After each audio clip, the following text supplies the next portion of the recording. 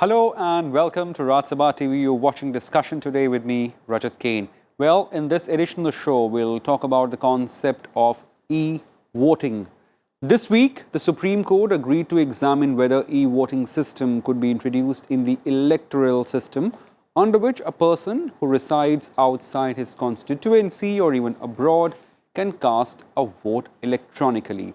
The petition argued that these days a vast majority of population resides temporarily away from the constituency for many reasons, which include professional, occupational, trade, business, educational, and even marriage. The petition urged that such people should be extended the benefit of voting through postal ballot. The court had some reservations regarding the scope of hearing the PIL. It sought response from the Centre and the ECI. Well, to discuss more on this important subject, we are joined with two guests. A.K. Verma, he is political analyst. Many thanks for joining us, sir. And Dr. Noor Mohammad, he is former Deputy Election Commissioner. Well, many thanks, gentlemen. I would like to start with you, Mr. Mohammad. Sir, given your experience in conducting elections, in overseeing elections, and of course, understanding election management, what makes desirability of e-voting in days to come, if not necessary, but at least to think about? So look, electronic voting has a little broader concept. Even electronic voting machine is also electronic voting in a way. But what probably you are talking about is internet voting, remote voting, Right, voting from absolutely. a distance. Yeah, that's what the PI is. Yes. And because our e-voting, electronic voting machine, you have to come to the polling stations. And though it is called electronic voting machine, but it is not remote.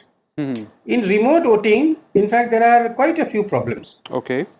Like postal ballot, people have been having reservations about. Similarly, about remote voting or internet voting, also the similar kind of problems are there. Okay. And the problem is that suppose 100 people assemble at one place for a party, and there they can be influenced to cast vote in favor of a particular person. And this way, the voting procedure can be vitiated. Now, in postal voting, Election Commission of India has created a system where you have to vote,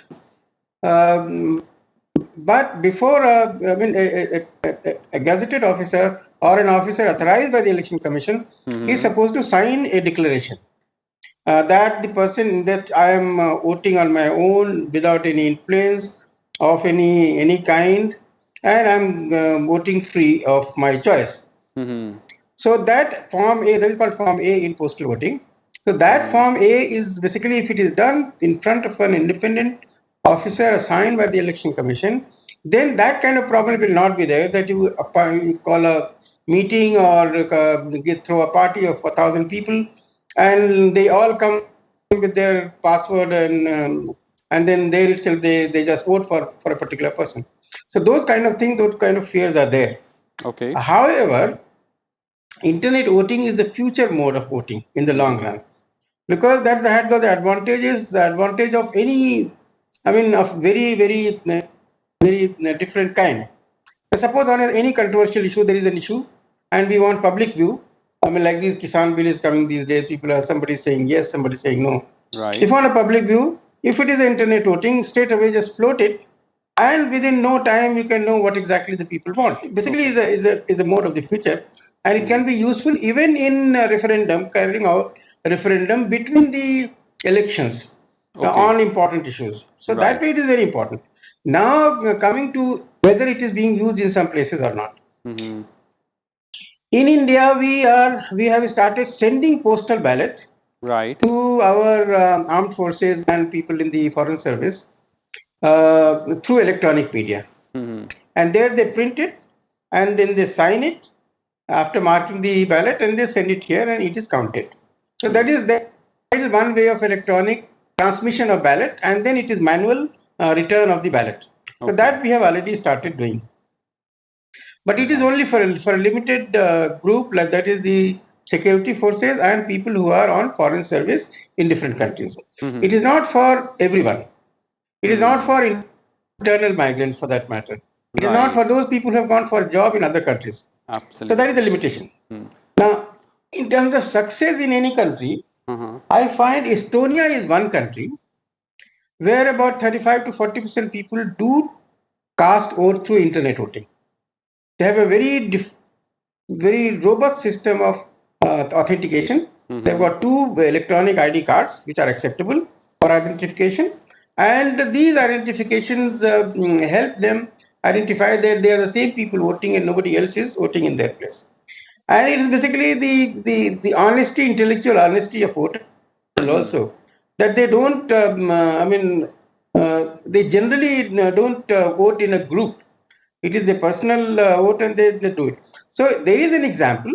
Now, as regards concerns about security, we have to increase the infrastructure for doing it. And then in future, probably we'll have to go for it. Right. So surely we'll explore the dimension in terms of infrastructure and technology later in the show. But at the outset, Dr. A.K. Verma, we know it's still the PIL that we're discussing, of course, like in terms of the petition that has been issued notice by the Supreme Court for seeking views of the Centre and the Election Commission. So, Mr. Verma, I mean, in terms of feasibility, that can be discussed later, but at the outset, do you think that such a move would lead to a broader election reforms for that matter? Rajat, I am surprised that we are already within the existing system, we are having problems that need to be attended. For example, as you mentioned, people voting from other constituencies, living in other constituencies through e-voting. I am surprised that Election Commission issues us cards, which is called EPIC, and it's a card which is issued by the Election Commission of India. But unfortunately, there are so many cases in the country where people, when they go to the polling booth, simply an electoral printing error deprives them of the voting rights. So we have to tackle such issues of people not able to vote in their own constituencies. Now, that is one. Second is that I am very sure we have seen during the last 70 years of my life, I have seen us move from postal, ballot paper to EVMs to VVPATs and so on and so forth. So I cannot say where the technology will probably lead us to. But I'm very sure that these are futuristic things, as Mr. Noor himself pointed out, that internet voting or, it's a technology-related issues. But I think I would be very happy focusing on how to address the several problems that our electoral system faces to run our democracy, which is a very robust democracy, and we claim and we feel very elated to say that we are the largest democracy in the world. But look at the face of the largest democracy, that your own voters in a constituency, because of the printing of electoral errors in the printing of the electoral rolls, we are not able to vote.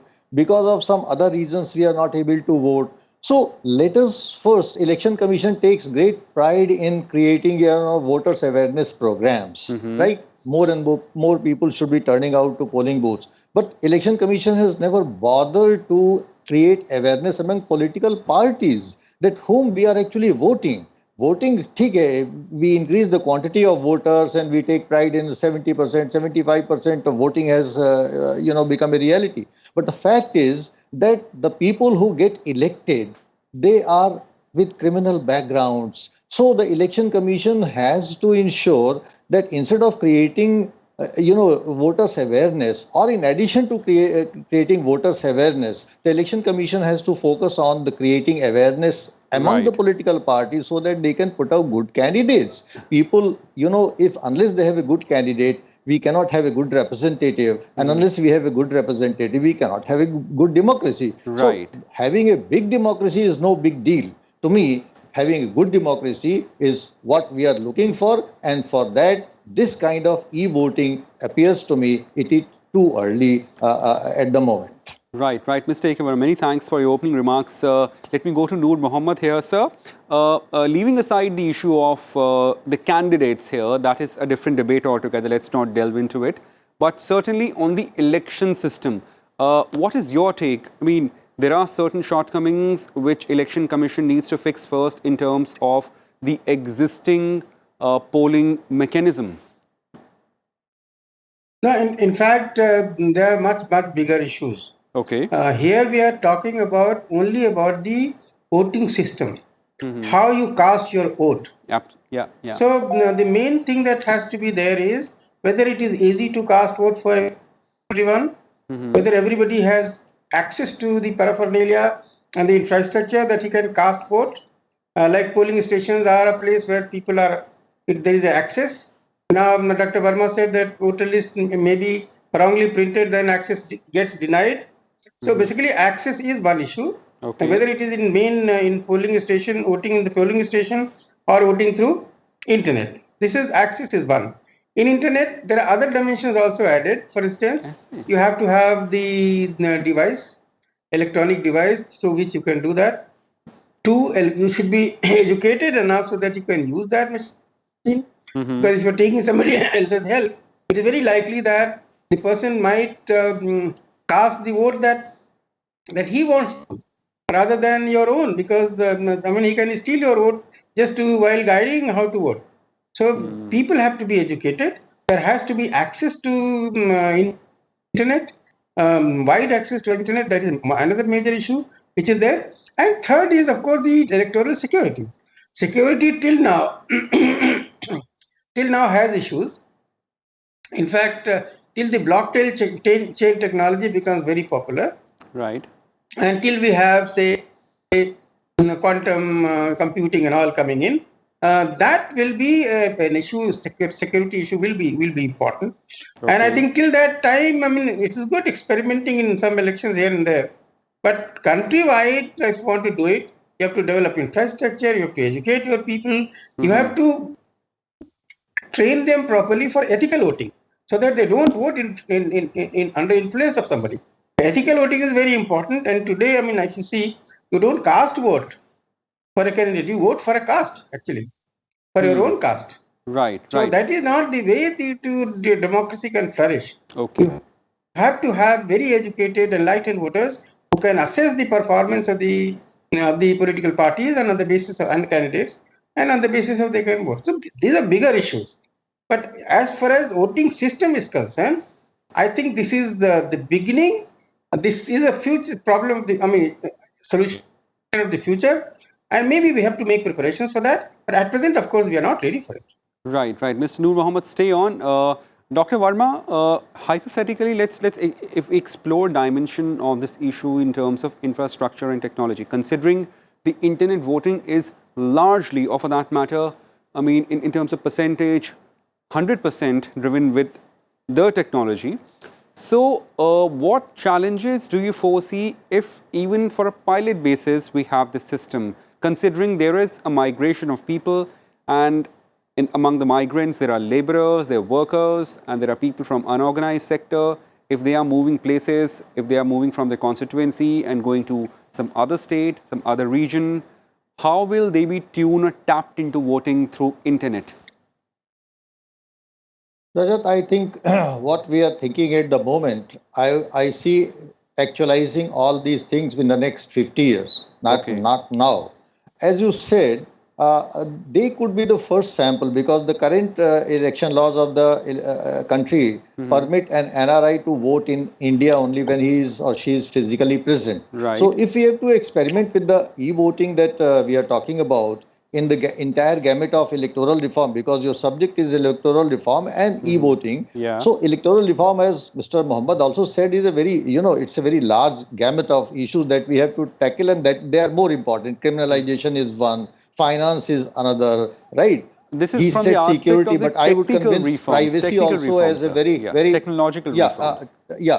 Technological reforms. I would consider privacy also as a very important issue. Not only security, but also privacy is an issue in India. But at the moment, if we are really to experiment with this e-voting system, then one good sample to start would be to give NRIs a chance, because NRI is a handful in numbers, and they can be clearly identified. And instead of operationalizing the whole thing in the country, which is a very large, we have many times, large electorate than some of the countries of the world. Estonia is a very small country, and we cannot take Estonia as a, icon for this all.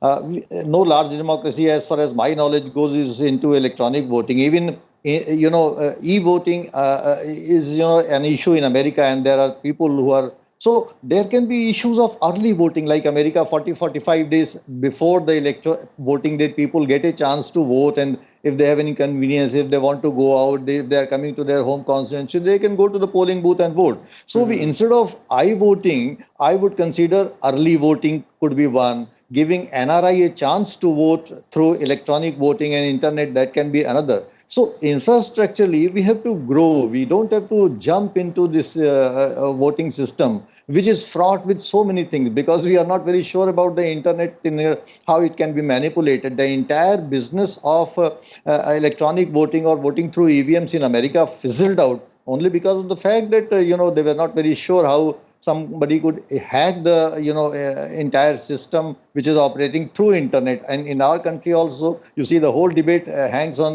this, that our EVMs, whether they are synchronized or whether it can be manipulated. So America started with the internet voting system, but then it had to disband with that because all EVMs were synchronized with one system. So now Nevada has come up in 2004 with electronic voting. Around 25% states in the US, they are also switching over to the electronic voting system. But I-voting is something which as far as I know, is not any good democracy or big democracy or successful democracy has been experimenting. And you can see, you yourself very well know the hue and cry which happens whenever there is elections in the country around. And so many political parties, they have their reservation about the voting system through VVPATs and EVMs, because have seen the importance of VVPATs, but you have also seen the delays that have been caused in the voting system through the VVPATs. So there are so many issues. It is not just a matter of convenience to the voter. You have also to factor in the convenience of the Election Commission, which has to be given large credit for running such a huge democracy, which many of people, they don't understand, they don't imagine. Right. So certainly, please, sir. Yeah, let me just a small question to you, Mr. Mohammad only. Sir, do you agree with that? There is, certainly, prior to rolling out any futuristic program or any ambitious program like internet voting, should not we have NRIs voting from their own from the countries they're residing on a pilot basis and to see its success? Please, sir. I think the main issue that everything seems to have started is voting rights for the internal migrants who are, say, working in Bombay but not able to vote in their constituencies. And that has got very serious issue. If you allow people in Bombay to vote in their constituency in the village, then Bombay administration will treat them like dirt. It will treat them actually. Today they think they are our voters, so they treat them well. Tomorrow, if they know they are not our voters, they'll be voting for their constituency in their districts. Then they are not going to be treated properly. So there are so many social issues as well for internal voting. Right. And what, in fact, there is an initiative for voting through EVMs for these migrants in other remote locations. So there is already experimentation being done, discussion being done on that. Some webinars have been done. That EVMs will be put, say, in Bombay for, say, all the voters of, say, district Basti. So they'll be able to go there and vote for their constituency in their district. But my problem here is that if they do that, then administration in Bombay thinks that these fellows are not my voters, and they will definitely not give them a good deal. This is the problem number one. Problem number two about the NRIs. NRIs, essentially, they are hardly interested in how the governance is done in the country, except that they may be having some investments. And there, the party culture and then voting in groups on in a way motivated way or something, that can be very, very serious actually. So therefore, unless people have culture of ethical voting, voting in private, and there is security for the polling process, as I said, unless that is done, I don't think even for NRIs it will be a difficult proposition to agree. Is it possible to have ethical voting, sir? I mean, Mr. Verma, is it possible to have ethical voting, what Mr. Mohammad is referring to here? Or by and large, I mean, I would be... It's a personal vote that we say, personal ballot. Humbly disagree with Mr. Mohammad on this. Because you see, we are a very different kind of a society, which is different from America and different from Europe. Certainly diverse. We are a joint family system here in Indian context. And in Indian context, that's why I raised the issue of security and also privacy. Because if you are giving people a chance to vote through internet, then obviously and logically they would be voting in the family premises. And there, the privacy of the voter would be greatly compromised. Today, you do not know wife is voting against the wishes of the husband, or children are voting against the wishes of the husband. So I would not relate it to the ethical thing. This is the constitutional right of each and every member of the family to vote according to his or her wish. But if you give the internet voting system, then probably there would be a collective voting in the family, and the adult franchise and the what we call a right to privacy and secret ballot would be greatly compromised. Right. So, I mean, quite a debate. But just last point, Mr. Verma, to both of you. I'll come to you, Mr. Mohammad, as well. The complications and, of course, like the technology and other issues in terms of internet voting, where do you see this debate headed to? As you yourself said, Mr. Verma, that you're looking at a picture of at least next 50 years. Just shortly, I just have a couple of minutes to squeeze in here. Sir, just last words. Well, I would personally be very happy if this happens. Okay. But as Mr. Noor Mohammad himself said, that it has to be related to the ethical thing, And at the moment, I don't want to force ethics on the voters because of certain social norms. Okay. Maybe that in 50 years from now, we are also on the path of the American society, and even the American society, the husband doesn't know whether the wife is voting which way. Okay. So in spite of the fact that we are thinking about the local migrants at the moment, but I would understand that for the moment, we have to focus more on other broader issues, very serious issues of electoral reforms, and we can put this in the cold storage for the moment. Right. Mr. Mohammad, yes. Last word, sir.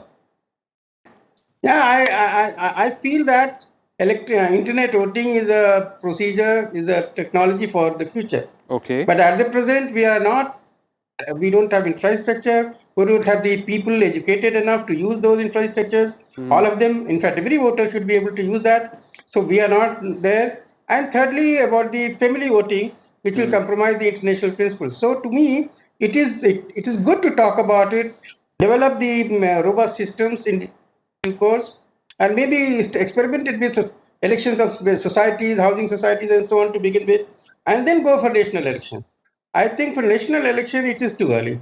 And maybe we have to give later on, even if we introduce it, we'll have to give them option of postal voting, option of voting through EVM, option of ballot voting, and option of internet voting.